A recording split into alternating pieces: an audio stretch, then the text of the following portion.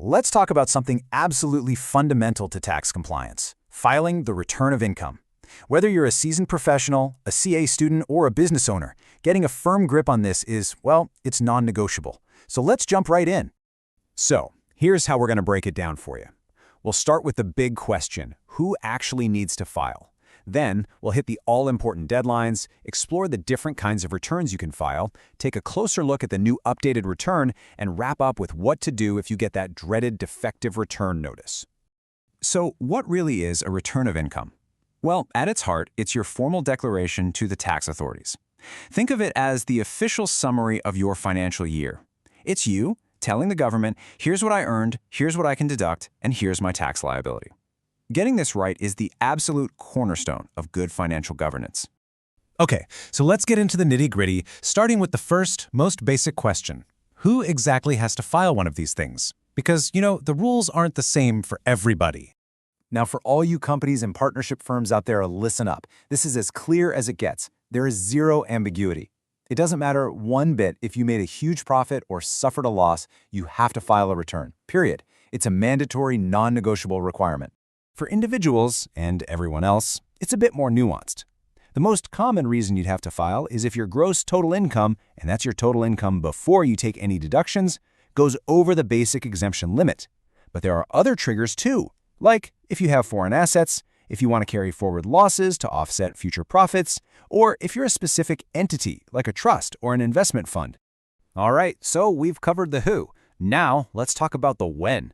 When it comes to taxes, timing is absolutely everything, and you do not want to miss these dates.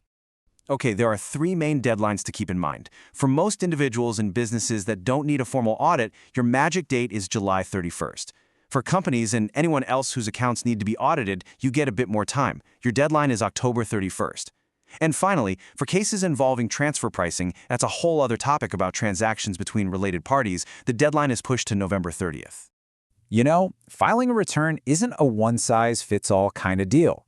The tax law actually gives you a few different ways to file, depending on your situation, whether you're on time, a little late, or even need to make a correction. First, we have the original return. This is the gold standard. It's the return you file on or before your due date. It's timely, it's clean, and it's what everyone should aim for. But what if you miss the deadline? It happens. Well, you can file what's called a belated return. This gives you a second chance, but that window isn't open forever. You have to get it filed before the end of the assessment year. And what if you made a mistake? We're all human. That's where the revised return comes in. If you file and then realize, oh, I forgot some income, or I made a wrong statement, you could file a revised return to correct it. Then there's this relatively new and really interesting option, the updated return. This provision gives you a massive window. We're talking up to 48 months from the end of the financial year to go back and declare income you might have missed. But, and this is a big but, it comes with some very strict rules. So let's really dig into this updated return. The whole idea behind it is to encourage people to come forward voluntarily.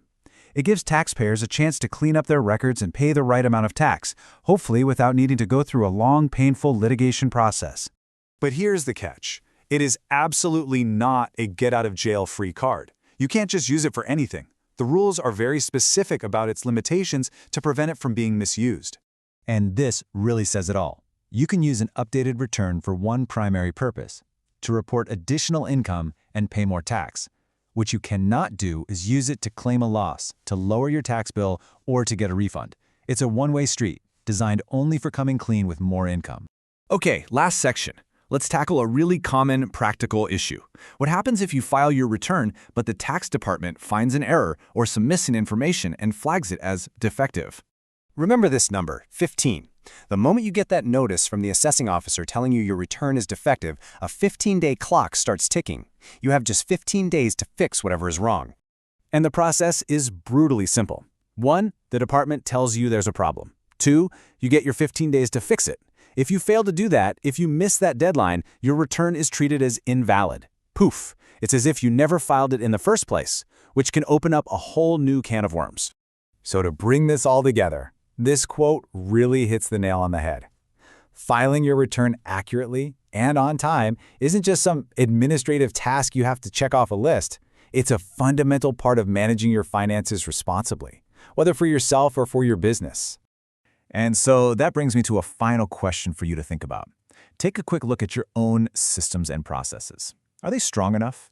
Are they designed to catch errors and make sure you hit every single deadline? Because when you're dealing with taxes, being prepared and being accurate are your two greatest allies.